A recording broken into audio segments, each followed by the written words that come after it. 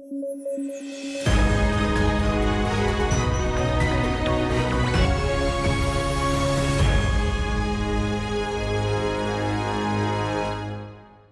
News at 9 programme में आपका स्वागत है। मैं हूं अमृत उपाध्याय। आइए देखते हैं आज की हेडलाइन। अगले महीने इसरो लॉन्च करेगा आदित्य L1, तैयारी हुई पूरी, सूर्य के लिए भारत का पहला मिशन। वसुधैव कुटुंबकम से चीन को आपत्ति, विदेश मंत्रालय ने पेश की सफाई, यूएन की आधिकारिक भाषा नहीं है संस्कृत। और पीएम ऊषा से आएगी शिक्षा में गुणवत्ता, राष्ट्रीय शिक्षा नीति में आया प्रावधान, कई राज्यों में नहीं बन पा रही सहमति। चलिए खबरों की शुरुआत करें। केरल, तमिलनाडु और पश्चिम बंगाल उन 14 राज्यों और संघ शासित प्रदेशों में शामिल हैं जिन्हें केंद्र सरकार के साथ एक मेमोरेंडम ऑफ अंडरस्टैंडिंग पर हस्ताक्षर करने हैं। इसमें राष्ट्रीय शिक्षा नीति 2020 को लागू करने का आदेश होगा। साथ ही पीएम ऊषा यानी प्रधानमंत्री उच्चतर शिक्षा अभियान के लिए फंडिंग भी तभी रिलीज की जा सकेगी। गौरतलब है कि एक सेंट्रली स्पॉन्सर्ड स्कीम रूसा यानी राष्ट्रीय उच्चतर शिक्षा अभियान 2013 में लॉन्च किया गया था, जिसे राष्ट्रीय शिक्षा नीति के तहत पीएम ऊषा के नाम से लॉन्च किया गया है। इन योजनाओं के मकसद में अंतर है। पीएम ऊषा योजना के तहत सरकारी और सरकारी सहायता प्राप्त शिक्षण संस्थाओं को कवर किया गया है। योजना के तहत फोकस क्षेत्रों में उच्चतर शिक्षा में समावेशी और समान पहुंच और गुणवत्तापूर्ण शिक्षण, डिजिटल अवसंरचना, विभिन्न शिक्षाओं के जरिए रोजगार को बढ़ावा देना और accreditation of non accredited institutions and improving accreditation शामिल हैं। इस योजना को लागू करने के लिए केंद्र के स्तर पर एक नेशनल मिशन अथॉरिटी काम करेगी, जिसकी अध्यक्षता केंद्रीय शिक्षा मंत्री के द्वारा की जाएगी। भारत सूर्य के लिए अपने पहले अंतरिक्ष आधारित मिशन को लॉन्च करने की तैयारी में है। उम्मीद की जा रही है कि यह मिशन अगले महीने लॉन्च हो जाएगा। इसे आदित्य L1 नाम दिया गया है। इसके लिए satellite UR Rao satellite centre Bengaluru में तैयार किए गए हैं। मिशन के लिए तैयार सैटेलाइट को हेलो ऑर्बिट में L1 यानी लैग्रेंज पॉइंट के पास प्लेस किया जाएगा, जो कि पृथ्वी से तकरीबन 1.5 मिलियन किलोमीटर दूर है।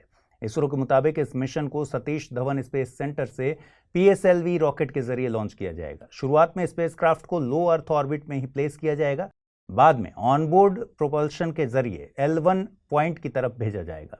इस स्पेसक्राफ्ट में 7 पेलोड्स लगाए गए हैं, जो कि सूर्य के फोटोस्फेयर, क्रोमोस्फेयर और कोरोना को ऑब्जर्व करेंगे। इन 7 पेलोड्स में विजिबल एमिशन लाइन कोरोनोग्राफ यानी VELC, solar ultraviolet imaging telescope यानी SUIT, solar low energy x ray spectrometer यानी SOLEX और high energy L1 orbiting x ray spectrometer यानी HELIOS, Aditya solar wind particle experiment यानी SPEX, plasma analyser package for Aditya यानी PAPA और advance tri axial high resolution digital magnetometers शामिल हैं। चलिए आगे बढ़ें, उससे पहले जरूरी सूचना। स्टडी IQ IAS हिंदी की टीम P2I बैच यानी प्रीलिम्स टू इंटरव्यू बैच लेकर आई है। नए बैच की शुरुआत 11 अगस्त 2023 से सुबह 8 बजे हो चुकी है। साथ ही 11 से 15 अगस्त के बीच स्टडी IQ में अमृत महोत्सव का आयोजन किया जा रहा है। इस दौरान कोर्स खरीदने पर अमृत लाइव कोड का इस्तेमाल करेंगे तो ये कोर्स आपको 26,999 रुपए में हासिल हो सकेगा। ये बैच हिंदी के अलावा इंग्लिश और इंग्लिश तीनों भाषाओं में एक ही समय पर शुरू किया जा रहा है। कोर्स की सबसे बड़ी खासियत है, प्रीलिम्स क्लियर करने वाले स्टूडेंट्स के लिए स्टडी IQ की तरफ से निःशुल्क आवासीय सुविधा उपलब्ध कराई जाएगी। इस दौरान आपके मेंस की पूरी तैयारी कराई जाएगी। साथ ही इंटरव्यू में डेफ का 1-to-1 एनालिसिस वगैरह भी किया जाएगा। कोर्स के संबंध में और ज्यादा जानकारी के लिए डिस्क्रिप्शन बॉक्स में दिए गए लिंक पर क्लिक कर लीजिए। चलिए खबर शुरू करें। भारत की मेजबानी में G20 की सालाना बैठक जल्द ही आयोजित होने वाली है। इस पर मीडिया रिपोर्ट्स में खबर थी कि चीन ने G20 की थीम को लेकर आपत्ति जाहिर की है। दरअसल भारत ने G20 की बैठक के लिए थीम वसुधैव कुटुंबकम रखी है, जो कि संस्कृत भाषा में है। संस्कृत यूएन की आधिकारिक भाषा नहीं है। इस पर विदेश मंत्रालय ने साफ किया है कि भारत ने G20 के स्टेटमेंट और डॉक्यूमेंट्स में इसके इंग्लिश वर्जन का प्रयोग किया है। वसुधैव कुटुंबकम का इंग्लिश वर्जन है 1 अर्थ 1 फैमिली 1 फ्यूचर। भारत और चीन के बीच G20 में चल रही वार्ता में संस्कृत केवल एक मुद्दा है। अन्य मुद्दों के चलते भारत ने डॉक्यूमेंट्स में लाइफस्टाइल फॉर एनवायरनमेंट को लाइफस्टाइल फॉर सस्टेनेबल डेवलपमेंट और जेंडर लेड डेवलपमेंट को जेंडर इक्वालिटी किया है। चीन के विरोध की वजह SCO की बैठक के बाद ज्यादा मुखर हुई है। दरअसल भारत ने बैठक में एससीओ इकोनॉमिक डेवलपमेंट स्ट्रेटजी पर हस्ताक्षर करने से इनकार कर दिया था। भारत ने इसकी वजह चीन के बेल्ट एंड रोड इनिशिएटिव के रेफरेंस की बात बताई थी। आपको बता दें कि G20 लोगो भारत के राष्ट्रीय ध्वज के जीवंत रंगों केसरिया, सफेद और हरे एवं नीले रंग से प्रेरित है। इसमें भारत के राष्ट्रीय पुष्प कमल को पृथ्वी ग्रह के साथ प्रस्तुत किया गया है, जो चुनौतियों के बीच विकास को दर्शाता है। पृथ्वी जीवन के प्रति भारत के पर्यावरण अनुकूल दृष्टिकोण को दर्शाती है। इसका प्रकृति के साथ पूर्ण सामंजस्य है। G20 लोगो के नीचे देवनागरी लिपि में भारत लिखा है। G20 की थीम वसुधैव कुटुंबकम को महाउपनिषद से लिया गया है। G20 एक 20 सदस्यीय अंतर्राष्ट्रीय फोरम है। इसमें 19 देश और यूरोपियन यूनियन शामिल हैं। इसमें शामिल देश हैं Argentina, Australia, Brazil, Canada, China, Germany, France, India, Indonesia, Italy, Japan, Mexico, Russia, Saudi Arabia, south Africa, south Korea, Turkey यानी तुर्की और यूनाइटेड स्टेट्स यानी अमेरिका और द यूनाइटेड किंगडम यानी यूके। G20 के सदस्य वैश्विक जीडीपी में तकरीबन 85%, वैश्विक व्यापार में 75% से ज्यादा, तो वैश्विक जनसंख्या में 2/3 की हिस्सेदारी रखते हैं। बीते दिनों पृथ्वी विज्ञान मंत्रालय के स्थापना दिवस पर समुद्र ऐप लॉन्च किया गया था, जिसे समुद्र यानी smart access to marine users for ocean data resources and advisories नाम दिया गया है। इसके जरिए नाविकों और मछुआरों को समुद्र से जुड़ी सभी जानकारियां मुहैया कराई जाएंगी। वर्तमान में यह ऐप अंग्रेजी भाषा में उपलब्ध है। जल्द ही ये ऐप तटीय राज्यों की भाषाओं में भी उपलब्ध होगा। ये ऐप इनक्वाइस यानी Indian national centre for ocean information services के द्वारा लॉन्च किया गया है। इनक्वाइस पृथ्वी विज्ञान मंत्रालय के तहत एक स्वायत्त संस्था है। इसका मकसद महासागरों से जुड़ी सूचनाएं, डेटा और सलाह समाज, सरकार और वैज्ञानिक समुदाय को मुहैया कराना है।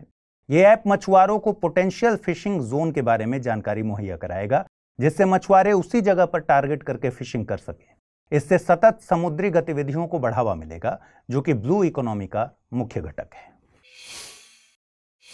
आइए अब जल्दी से देखें आज के रैपिड न्यूज में क्या है खास। 14 अगस्त को भारत में विभाजन विभीषिका स्मृति दिवस मनाया जाता है। ये दिन देश के बंटवारे के चलते विस्थापन का सामना करने वाले लोगों की याद में मनाया जाता है।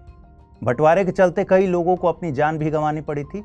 ये दिन हमें याद दिलाता है कि देश से सामाजिक विभाजन और असामंजस्य जैसी बुराइयों को मिटाना जरूरी है। प्रधानमंत्री नरेंद्र मोदी ने जिज्ञासा कार्यक्रम के विजेताओं को बधाई दी। जिज्ञासा CSIR द्वारा लॉन्च एक स्टूडेंट साइंस कनेक्ट प्रोग्राम है।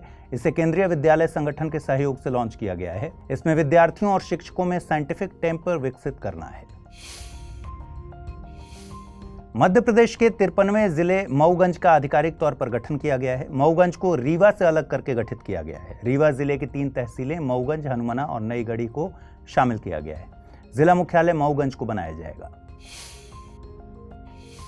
हमने न्यूज एट 9 में 31 जुलाई के एपिसोड में नाइजर में हुए तख्ता पलट की खबर कवर की थी। अब नाइजर के सैन्य तानाशाह अपदस्थ राष्ट्रपति मोहम्मद बजौम पर राजद्रोह का मुकदमा चलाने जा रहे हैं।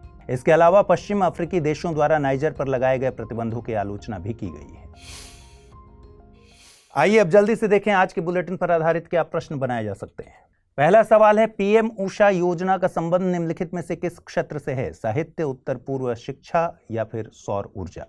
निम्नलिखित कथनों पर विचार कीजिए। जिज्ञासा DRDO द्वारा लॉन्च एक स्टूडेंट साइंस कनेक्ट प्रोग्राम है। वसुधैव कुटुंबकम को महाउपनिषद से लिया गया है।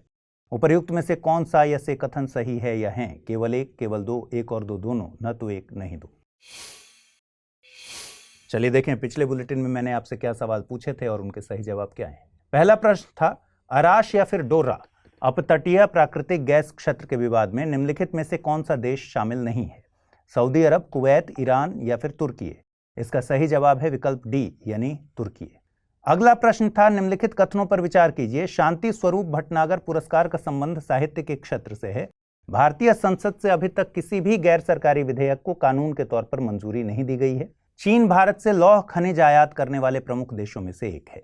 उपर्युक्त में से कितने कथन सही हैं? केवल एक, केवल दो, सभी तीन या फिर इनमें से कोई नहीं? इसका सही जवाब है विकल्प ए यानी केवल पहला कथन सही है। शांति स्वरूप भटनागर पुरस्कार का संबंध विज्ञान के क्षेत्र से है। भारतीय संसद से अभी तक 14 गैर सरकारी विधेयक को कानून के तौर पर मंजूरी दी जा चुकी है। तो आज के न्यूज एट 9 में फिलहाल इतना ही। कल आजादी के महोत्सव के तौर पर जो छुट्टी रहती है इसकी वजह से कल आपकी ये क्लास नहीं होगी, यानी परसों रात में 9 बजे आपसे मुलाकात होगी। आप सभी को आज़ादी के दिवस की यानी स्वतंत्रता दिवस की पूर्व संध्या पर बहुत बहुत बधाई। कल के लिए आज ही एडवांस में बधाई। अपना ख्याल रखिए, ठीक से पढ़ाई कीजिए। अगर आप इस बुलेटिन की PDF हासिल करना चाहते हैं तो अमृत उपाध्याय 007 टेलीग्राम चैनल है जहां इसकी PDF मिलेगी। और आज पूछे गए सवालों का जवाब ज़रूर कमेंट बॉक्स में दीजिएगा। नमस्कार।